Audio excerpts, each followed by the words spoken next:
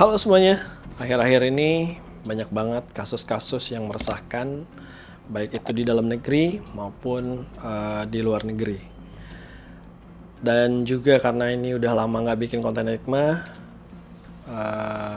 mau yang mana dulu nih yang mau kita bahas? Welcome to the world of Enigma.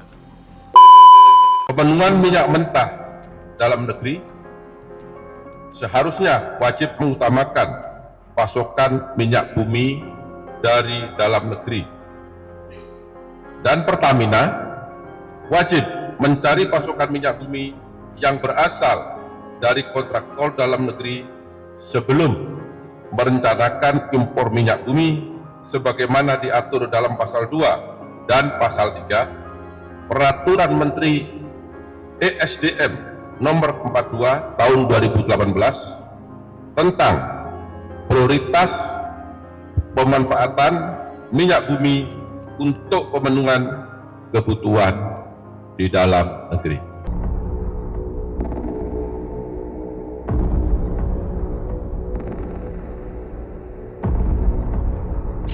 Buat yang baru aja ngikutin dan konten Enigma ini, perkenalkan gue Giaskaf.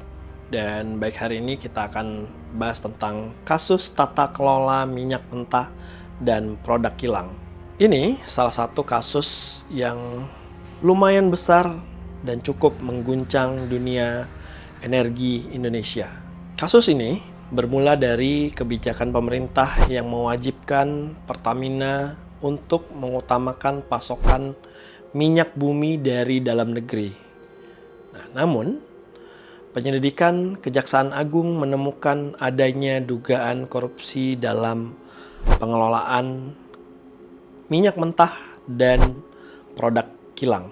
Periode ini yang disorot itu adalah antara tahun 2018 hingga 2023. Mungkin pada masa-masa pandemi dan masa Covid kali ya. Jadi pengawasan cukup jadi kayak teralihkan isu dan perhatiannya.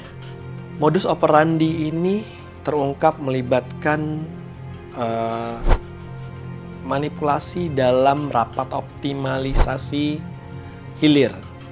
Nah, jadi produk kilang dalam negeri itu sengaja diturunkan sehingga kebutuhan minyak mentah itu harus dipenuhi melalui impor. Nah, dalam proses ini broker tertentu diduga mendapatkan keuntungan besar secara ilegal.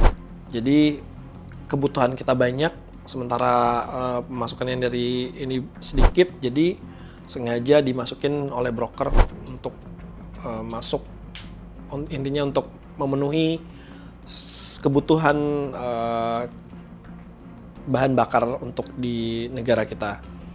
Nah, sampai saat ini itu Kejaksaan Agung telah menetapkan 9 tersangka, 6 diantaranya adalah petinggi-petinggi dari subholding Pertamina. Seperti Direktur Utama dari PT Pertamina Patraniaga, lalu Direktur Feedstock PT Kilang Pertamina International. Nah, 3 lainnya masih berasal dari pihak swasta. Kerugian negara ini akibat kasus ini diperkirakan mencapai 193,7 triliun. Wow, angka yang fantastis. Ini tentu menjadi pukulan besar bagi perekonomian dan kepercayaan publik terhadap BUMN dan pemerintah kita. Dan termasuk juga baru-baru ini mantan Komisaris Utama Pertamina, Basuki Cahayapurnama atau alias Ahok, ini juga telah diperiksa sebagai saksi dan ia mengaku terkejut dengan data-data yang ditemukan oleh para penyidik. Termasuk ini ada dugaannya fraud dan penyimpangan operasional dari subholding Pertamina sendiri. Tentu saja kasus ini memicu reaksi keras dari masyarakat dan pemerintah ini berjanji akan melakukan reformasi tata kelola di tubuh Pertamina sendiri untuk mencegah kasus serupa terulang kembali. Kasus ini menjadi pengingat pentingnya transparansi dan akuntabilitas dalam pengelolaan sumber daya negara. Dan saat ini mari kita terus kawal proses hukum dan berharap keadilan dapat ditegakkan dalam kasus ini tadi. Sementara masih banyak dalam hal pemeriksaan, jadi kasusnya belum diputuskan mana yang sudah jelas. Mungkin nanti kita akan update kasus-kasus yang terbaru, update dari kasus ini. Segitu dulu aja kasus ini yang mau gue ceritain. Terima kasih udah nonton dan dukung terus channel Enigma ini. Jangan lupa like, komen, dan subscribe. Share juga ke teman-teman kamu. Saya Gyaskaf, see you in the next case. Sebenarnya masih dalam penyelidikan kasus ini, Yok. Jadi banyak yang terlibat, termasuk ada dugaan dari putra Riza Khalid. Nah ini juga termasuk petinggi-petinggi dan pengusaha-pengusaha Pertamina juga lah. Pengusaha minyak dan segala macam. Mungkin ini ada keterkaitannya dan keterlibatan dari petinggi-petinggi juga. Nanti kita tunggu dulu hasil dari kasus ini dan dari kejaksaan juga. Nah sementara kan kemarin Ahok udah diperiksa juga. Dia sebagai, kalau nggak salah dulu dia sebagai komut ya. Komut itu komisaris pengawas ya berarti ya? Utama, tapi dia juga termasuk pengawas inilah ya. Jadi mungkin kita tunggu dulu aja kasusnya sampai mana, nanti baru kita bahas part 2-nya. Tapi sebenarnya jauh dari sebelum ada kasus besar ini ya, yang di tubuh Pertamina ini ada kasus yang lebih besar lagi dari sebelumnya. Nah, kalau rame nih kita bikin part 2 dan juga kita bikinin kasus khusus yang kenapa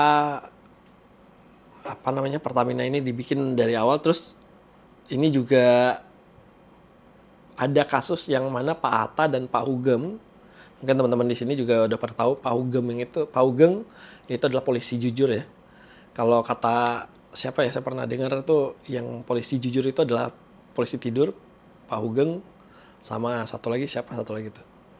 Nah ini itu mereka berdua enggan untuk dimakamkan di makam Kalibata, makam pahlawan Kalibata, karena ada seseorang yang juga ya bisa dibilang korupsi di kasus Pertamina era Orde Baru itu dimakamkan juga di makam pahlawan Kalibata, sehingga mereka berdua, Pak Hugeng dan Pak Hatta, ini enggan mau dimakamkan di makam pahlawan.